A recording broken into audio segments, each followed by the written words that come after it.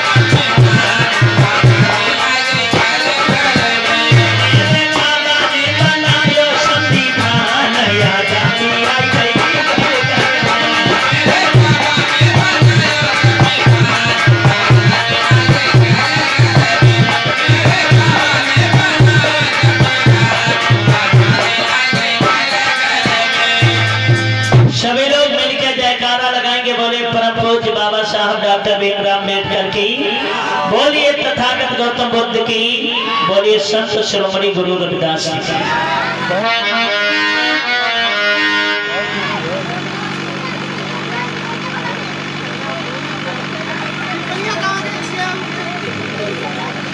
तो कथा का रसपान करेंगे।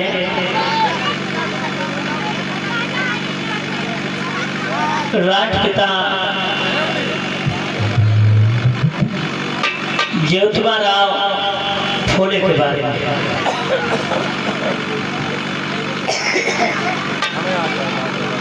क्योंकि ज्योतिबा राव फूले को सुनना बहुत जरूरी है, उनके इतिहास को जानना, उनके संघर्षों को समझना। अगर सत्यता देखी जाए तो परम पूज्य बाबा साहब डॉक्टर भीमराव अम्बेडकर ने भी ज्योतिबा राव फूले को अपना गुरु माना है। क्योंकि आज अगर देश के अंदर शुद्ध वर्ग के लोग अगर पढ़े लिखे हैं तो ये ज्योतिबा राव फूले की देन है। इस देश के अंदर शिक्षा की क्रांति लाने वाला और कोई नहीं है, ज्योतिबा राव फूले। मैं तो यही कहूंगा कि अगर ज्योतिबा राव फूले न होते तो शायद बाबा साहब डॉक्टर भीमराव अंबेडकर को भी पढ़ने को नहीं मिलता। और जब बाबा साहब को पढ़ने को नहीं मिलता तो फिर हम लोग कौन से खेत के मोदी हैं? हम लोगों को भी अधिकार नहीं होते। इस देश के अंदर नारी जाति यानी महिलाओं को, महिला चाहे किसी बिरादरी के सही, किसी धर्म के सही, किसी भी मजहब के सही, अगर पढ़ी लिखी है तो ज्योतिबा राव फूले और उनकी धर्म पत्नी मैया सावित्री बाई फूले की बदौलत पढ़ी लिखी है। तो उन्हीं की ये क्रांतिकारी गाथा आप लोग सुनेंगे। पिताजी दम बंधु ने कथा में दान दिए हैं, नाम सुन लें। निशा गौतम भीमनगर 10 रुपया, मोहिनी गौतम भीमनगर 10 रुपया, अनाया गौतम भीमनगर 10 रुपया, काजल गौतम भीमनगर 10 रुपया, करिश्मा गौतम भीमनगर 10 रुपया, अनन्या गौतम पकड़िया की तरफ से 20 रुपया और मीरा देवलक की तरफ से 50 रुपया, टिम्पल गौतम भीमनगर।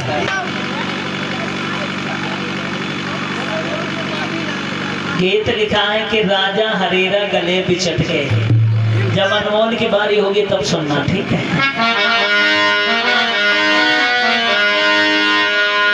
ये गाथा है महाराष्ट्र की।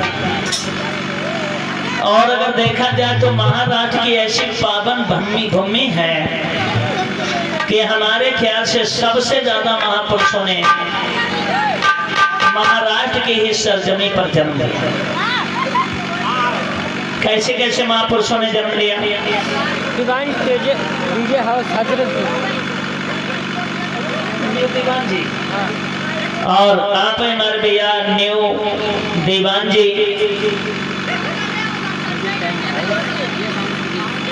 DJ tent and light house Hazratpur की तरफ से ये 50 रुपया से सहयोग कर रहे हैं। भगवान बुद्ध आपका डीजे साउंड सिस्टम ये सब भली प्रकार चलता रहे, भगवान बुद्ध की अनुकंपा बनी रहे। साधु साधु साधु। एक नहीं, देखिए महाराष्ट्र की पावन भूमि पर कैसे कैसे महापुरुषों ने जन्म लिया है।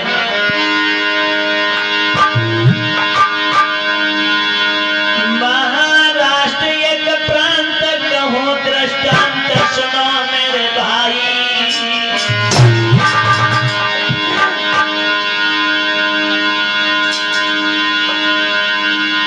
और महाराष्ट्र की पावन धरती पे जग में बलदाई।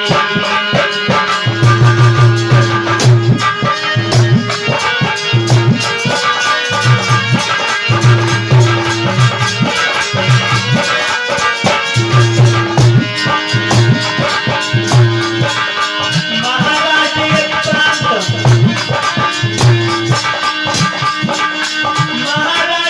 प्रांत कहूँ दृष्टांत सभा के भाई।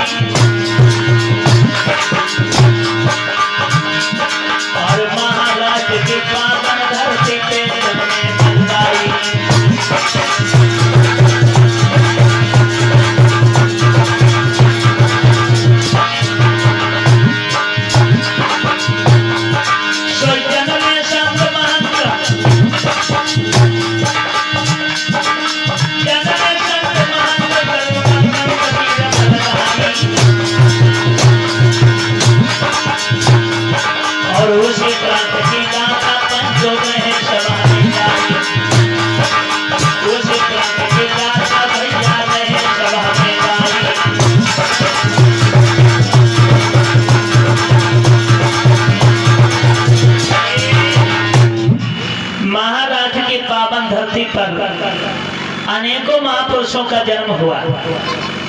वहीं का ये गौरवशाली इतिहास है। महाराष्ट्र की पावन भूमि पर संत ज्ञानेश्वर, संत एकनाथ,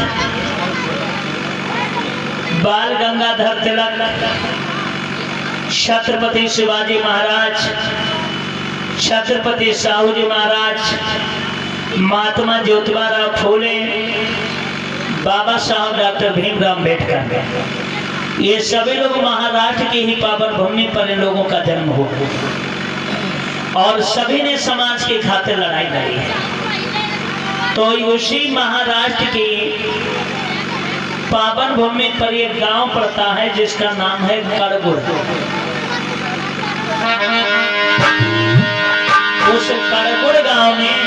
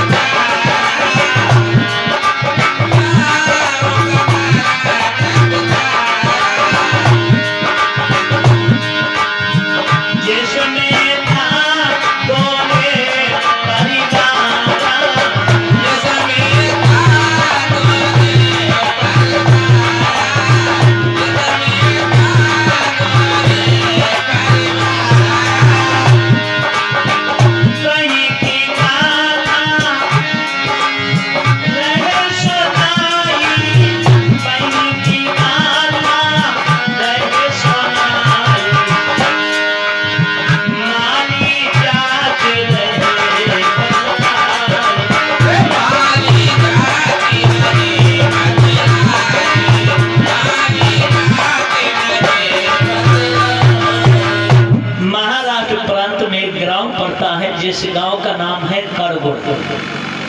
और उस करगुड़ गांव में एक गोरे का परिवार रहता था जिन्हें आज हम लोग माली के नाम से जानते हैं। और उसी नगर में अरे उसी नगर में कुलकर्णी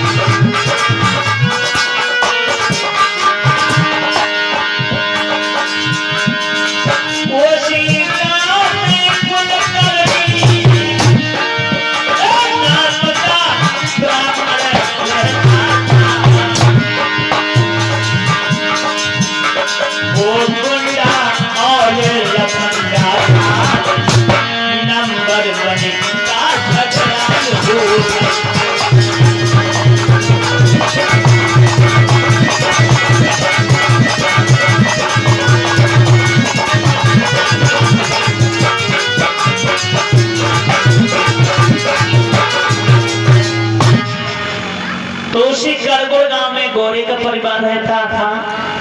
और उसी गांव करगुड़ में ही एक कुलकर्णी नाम का ब्राह्मण रहता था जो नंबर 1 का झगड़ा लेता था। गोरे का परिवार जो था वो सीधा और साधा था। एक दिन ऐसा हुआ कि गोरे और उनकी धर्म पत्नी अपने घर पर बैठे हुए हैं। गोरे और उनकी धर्म पत्नी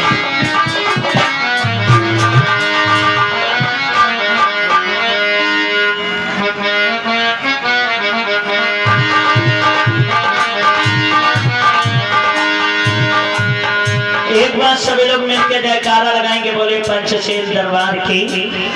तो ये हैं गोरे जिन्हें आज हम लोग माली जाति नाम से जानते हैं। थोड़े सीधे स्वभाव के थे, सज्जन थे।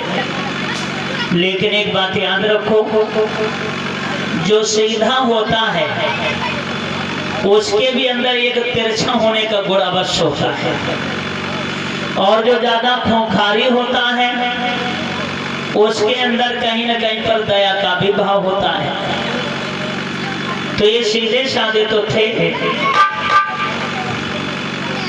पति और पत्नी दोनों बड़े प्रेम से रहा करते थे।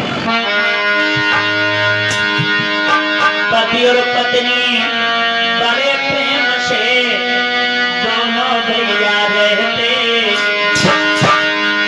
हिल मिल कर ये समय गुजारे नहीं किसी से कहते।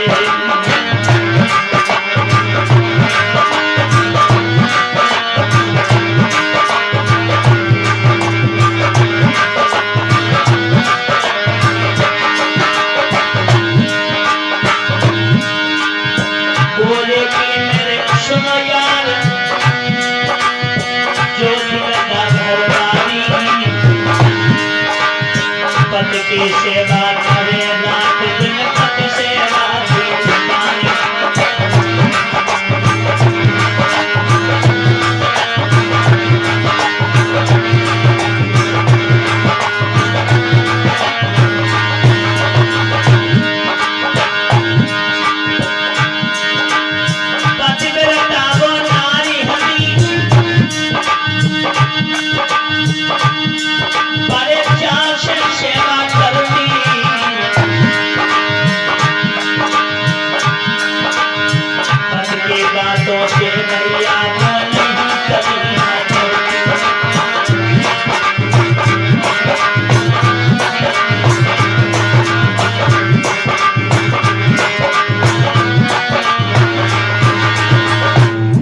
पति और पत्नी है।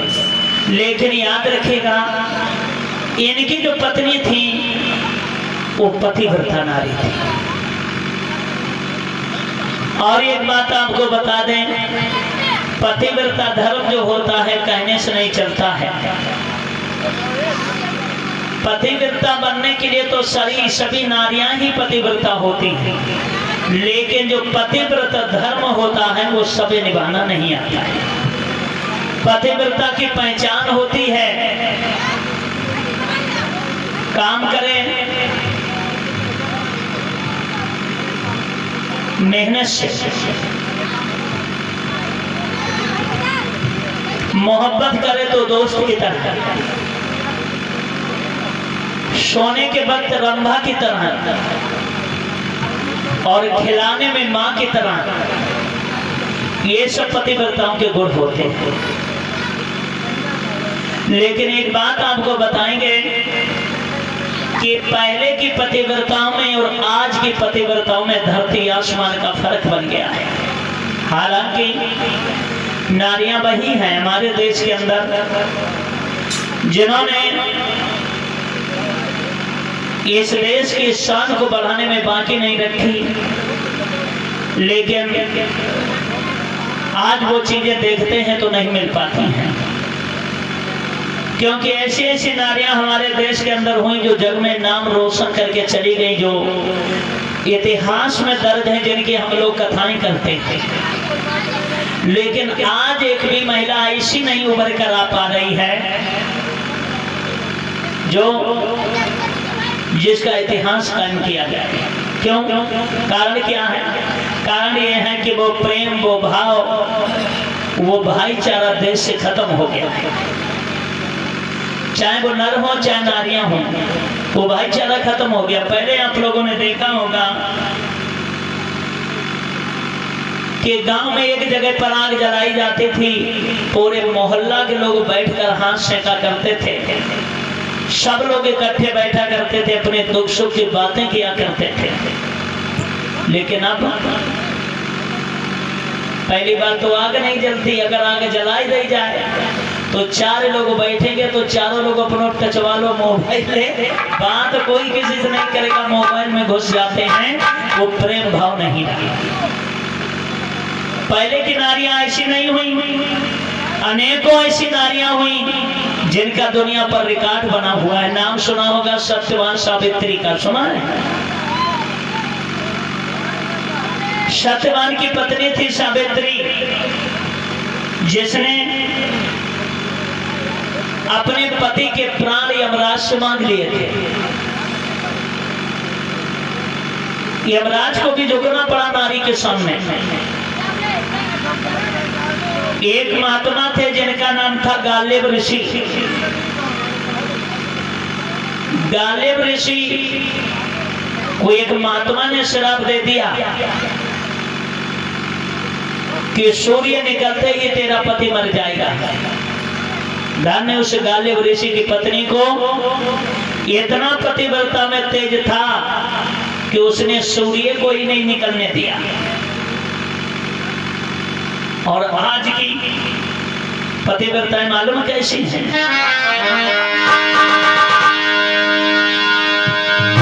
सुनी होगी आप लोगों ने घटना क्या?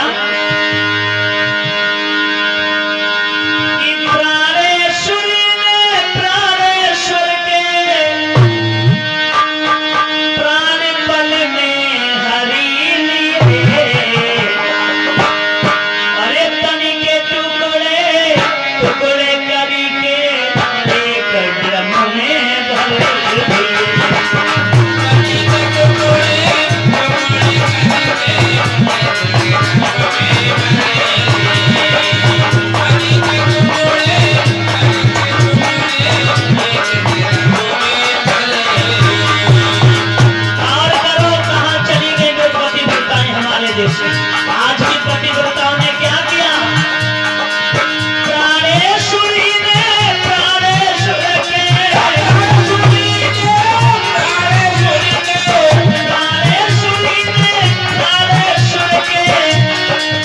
प्राण में हरी लिए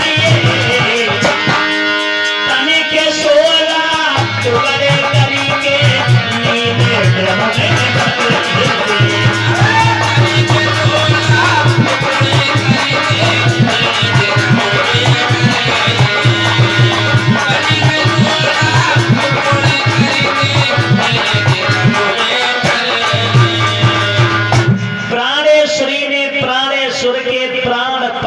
हर लिए और तन के 16 टुकड़े करके नीले ड्रम में भर दिया। आज की पतिव्रताएं ऐसी, पहले की पतिव्रताएं जो यमराज से पति की जान छीन लाई, और आज की पतिव्रताएं ड्रम में जान भर देती हैं, सीमेंट ऊपर से डाल देती, जमाई देती हैं।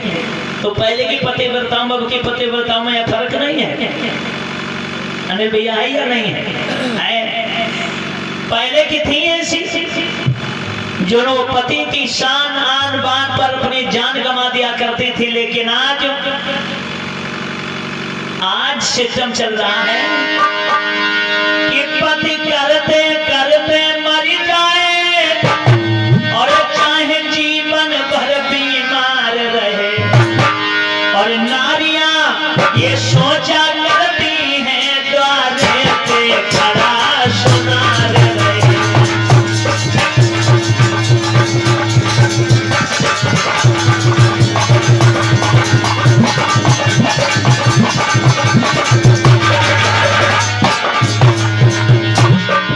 देखिए लोगों, आज की पतिव्रताओं का सिस्टम, पति करते करते मर जाए, चाहे जीवन भर बीमार रहे, नारियां ये सोचा करती हैं द्वारे पे खड़ा सुनार रहे।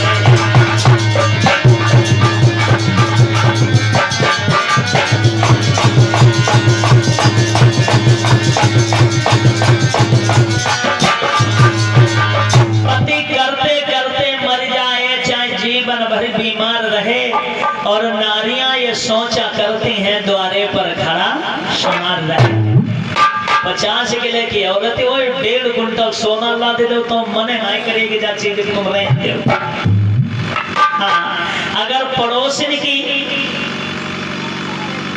झुमकी अगर उनसे नहीं को वजन में ज्यादा भाई तो झगड़ा जरूर हो। ये गुल्लू के पापा उनकी बहुत बहुत बड़ी झुमकी, हमारे लिए छोटी मेरी बदल दे। आज का जमाना पति पत्नी का, घर में जब कछ नाई बचो पत्नी गारी कर गई हमारे लिए लटकन ला, इधर आप तरफ से मंगल हो। घर में कुछ नहीं बचो, अपनी रानी करें। हमारे लिए लटकन ले आओ। तो पति कान लगे हो ही घर में तम है तो कछु है जा मालूम है इस साल भूसा का भाव है 800-900 रुपया कुंटल। अब भाई खरीद के डालिया 7 कुंटल कई भूसा है। अपने पति से बोली कि पैसा की कोई नहीं कमी नहीं, बात जहाँ है क्या बोली कि लटकन चाहिए तो चाहिए। बोली क्या कि भूसा बिकाई राजा लाए दे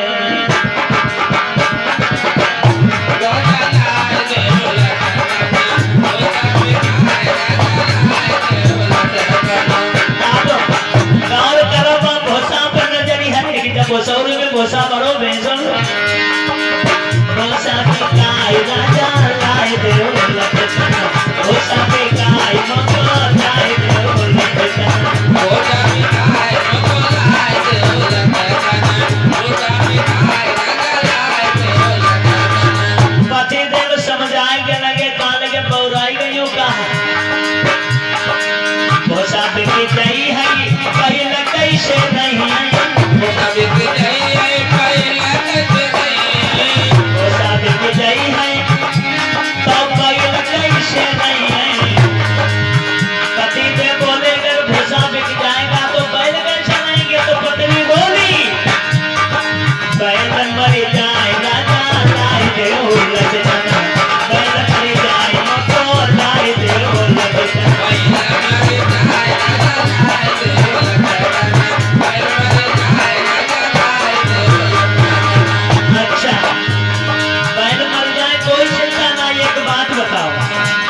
कटिए गई बैल मरी गई है तो खेत कई से जुटी है बैल मरी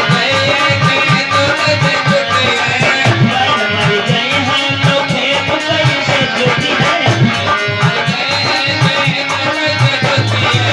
क्या बताओ अगर बैल बिक जाए तो घर को खेत कैसे जुटेगा। तो पत्नी बोली खेत बिक जाए राजा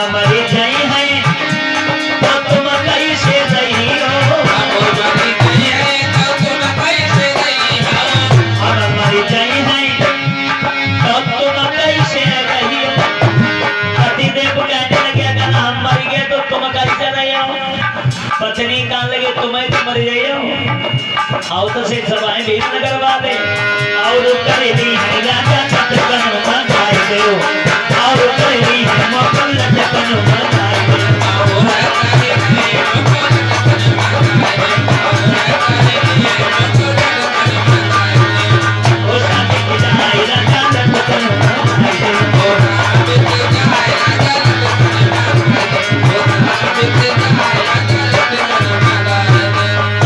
माफ कीजिए ऐसी पतिव्रताओं से बच के रहो तभी फायदा है। याद रखिएगा, इधर इनकी धर्मपत्नी ऐसी है जो पति की सेवा में दीवानी रहती थी। एक दिन दोनों बैठे थे और एक बात याद रखो, जो लड़ाकू झगड़ारू होता है वो लड़ाई करने का कोई ना कोई पॉइंट ढूंढ ही लेता है, उसका वो नेचर बन जाता है। चोरी करने वाले का चोरी का नेचर बन जाता है, शराब पीने वाले का शराब का नेचर बन जाता है, और लड़ाई झगड़ा करने वाले का लड़ाई का नेचर बन जाता है। तो एक दिन माइक दोनों चालू कर दो। कुलकर्णी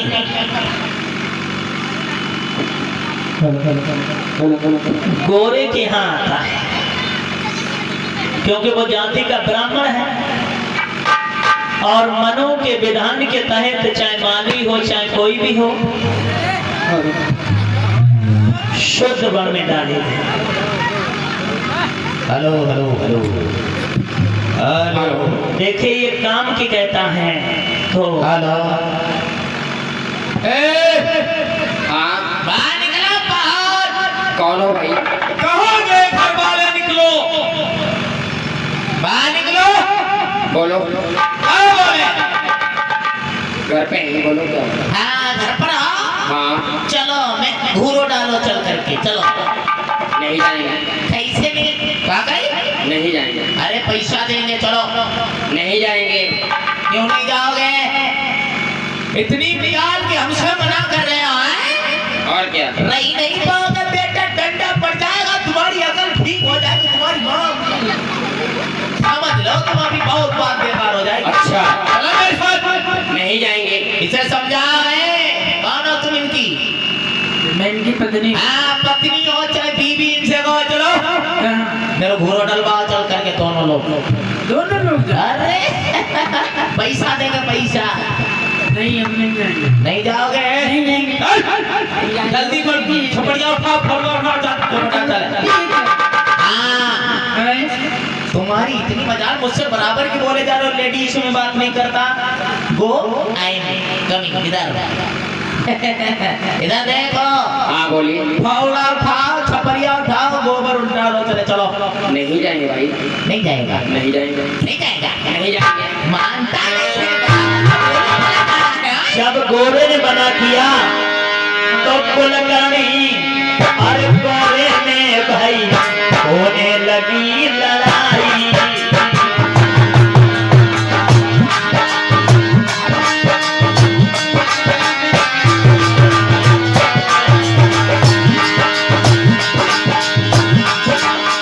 अब आगे की गाथा तुमको रह गए थे बताई।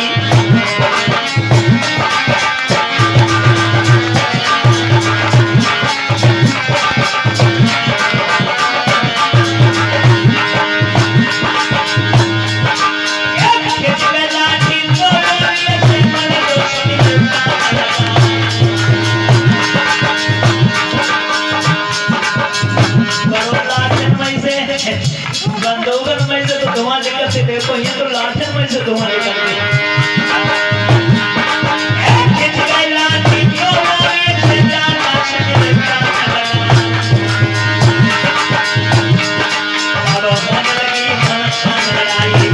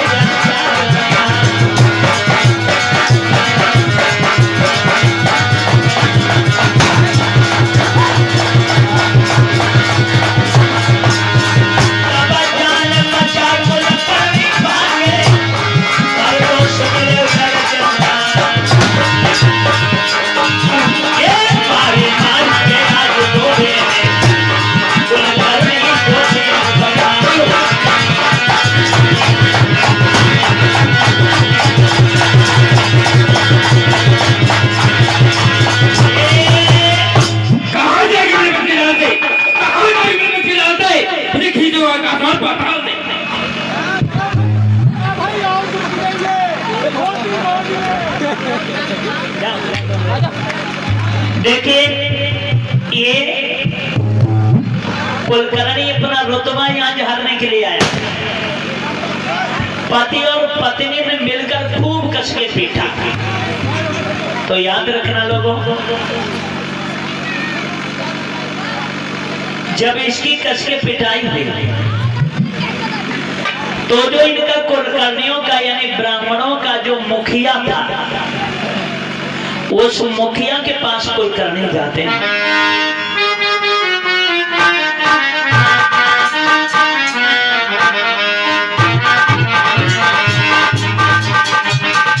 और मार खाए के कुलकर्णी का मुखिया के पास आना होता है। बड़ा उदास से उतरा हुआ चेहरा।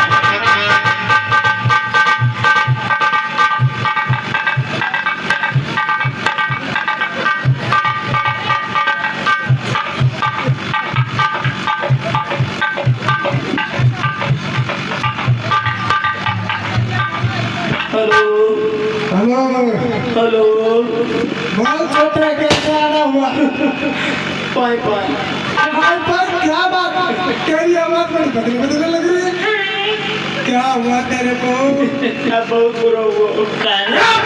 कुलकर्णी कहने लगे भैया मुंह दिखाने के लायक नहीं है। अरे क्या बात हो गई? मैं वो सूट फिरने आ बात जहाँ है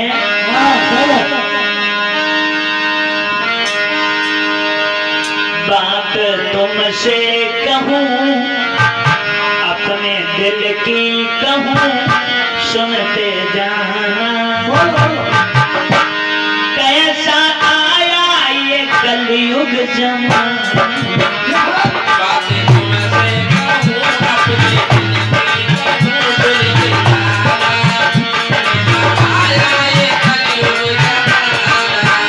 भैया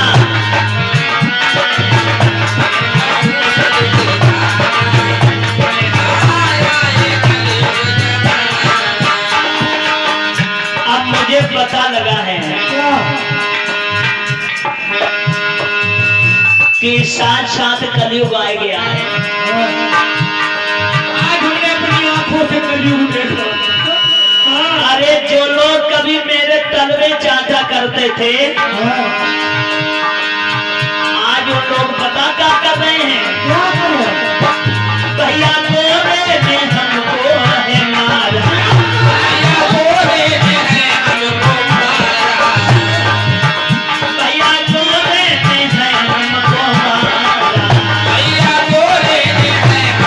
मारा। जीना धिक्कार है अब हमारा।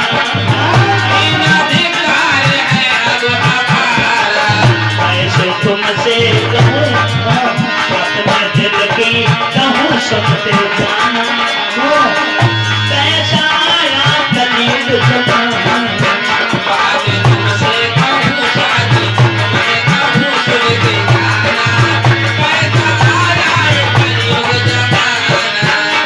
ऐसे दिल की कहूँ बात, साची कहूँ, सुनते जाना।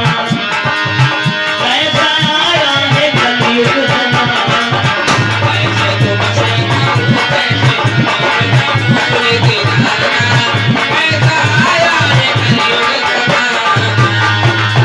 मुखिया जी आपके होते हुए हमारी माँ रोती है। अरे जिसकी इतनी हिम्मत हो तेरे को मारेगा। भैया अब नहीं कहीं सुना हुआ। अब मैं मर जाऊं जहर विष खाई। मैं मरूंगा जहर विष खाई।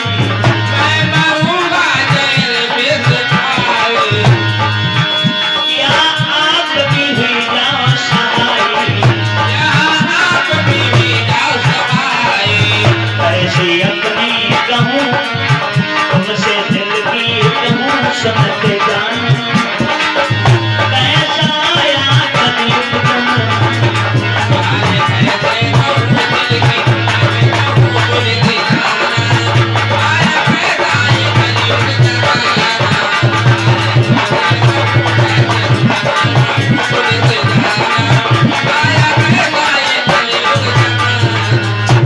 मेरी ही नहीं, भैया पूरे ब्राह्मण समाज की।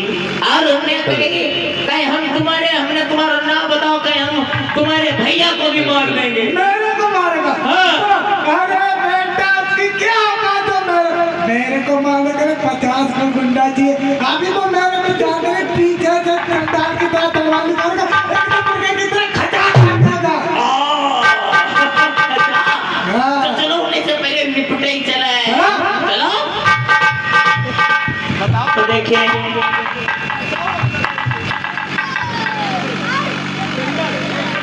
जब इन लोगों को पता लगती है, इधर गोरे बैठे हुए हैं, गोरे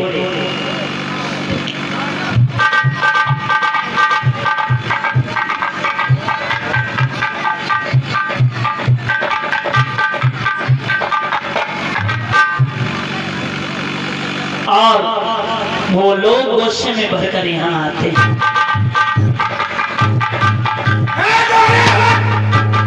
तेरी इतनी औकात कि तूने मेरे भाई पे हाथ उठाया?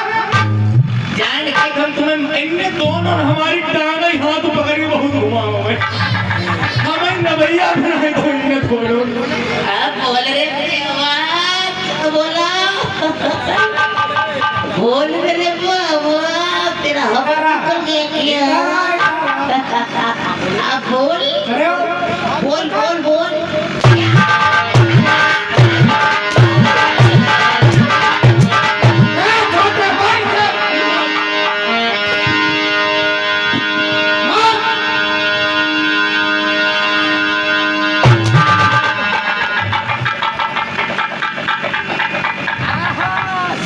ये भी थी, ये भी इधर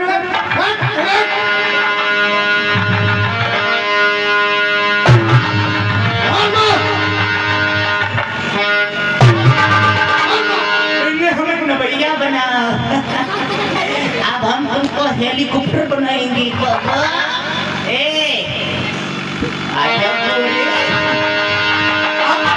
देखिए मुखिया जी, हमसे गलती हो गई। इनने हमें मार। अरे ऐसे कैसे गलती होगी तुमसे? हाँ तुम्हें मार करी, तुम्हें करी। तुम शूद्रों की इतनी औकात की कल तक हमारे टुकड़ों पे पलते थे, आज हमें से जुबान लड़ाते।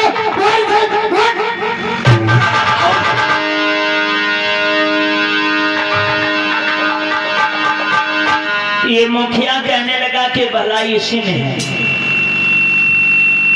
कि तुम अपना सामान सट्टा उठाओ फंकी दे, सब लिखारी फंकी दे सामान और घर से चले जाओ। फंकी दे सामान सट्टा। तो उठा लो, फिर तो सारा सामान। अरे मुखिया जी क्या करे, तुम्हें पता नहीं है? माफी मांगने से कुछ नहीं आने वाला।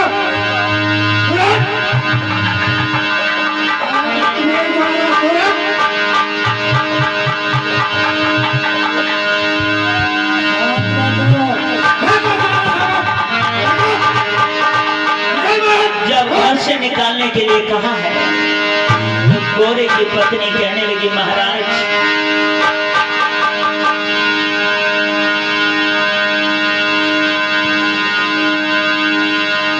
दे हम पे दया, मुखिया जी मैं ऐसे ही समय बिताए।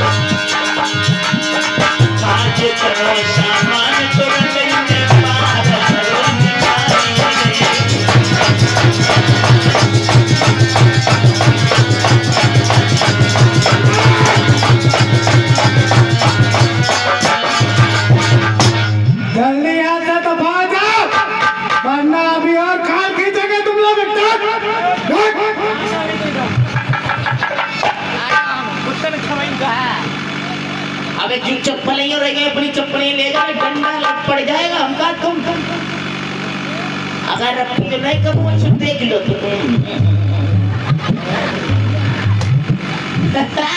इन्हें मैं हेलीकॉप्टर बुलाई दो अब जाती हैं ये चलो भैया चलो तो मारेगा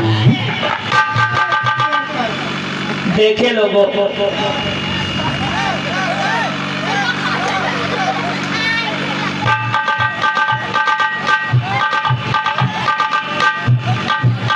जिस तरीके से जुल्म ढाते थे, अगर जुल्म सहते रहते तो कुछ नहीं होता,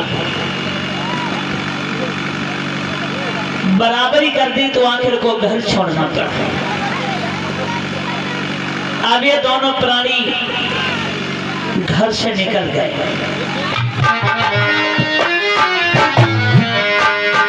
और घर से निकलकर ये दोनों लोग जाकर पूना में रहने लगे। पूना में रहने लगे। पूना में रहते रहते धीरे धीरे जब समय व्यतीत हुआ तो समय बीतने पर इनकी धर्म पत्नी के गर्भ से एक सुंदर लड़के का जन्म हुआ, जिस लड़के का नाम रखा गया सेतवा।